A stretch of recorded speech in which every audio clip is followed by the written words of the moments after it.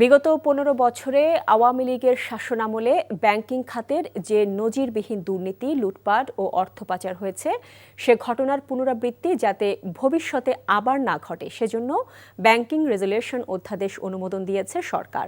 প্রধান উপদেষ্টা ডক্টর মোহাম্মদ ইউনূসের সভাপতিত্বে বৃহস্পতিবার উপদেষ্টা পরিষদের বৈঠকে এ সিদ্ধান্ত নেওয়া হয়।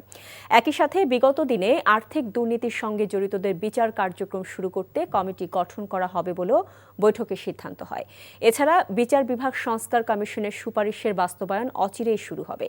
বৈঠক শেষে বেইলি রোডে ফরেন সার্ভিস একাডেমিতে ব্রিফিংয়ে এসব কথা জানান পরিবেশ, বন ও জলবায়ু পরিবর্তন বিষয়ক উপদেষ্টা সৈয়দা রিজওয়ানা হাসান।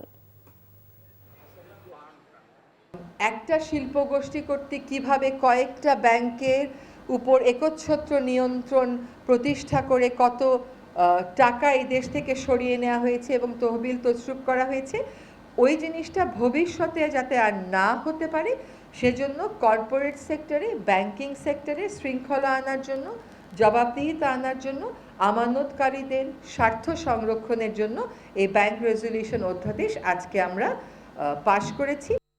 বান্ডেল থাকলে প্রতি সেনমানিতে টাকা বাঁচবে। বিকাশ সেনমানি বান্ডেল কিনে জিতুন প্রতি লেনদেনে।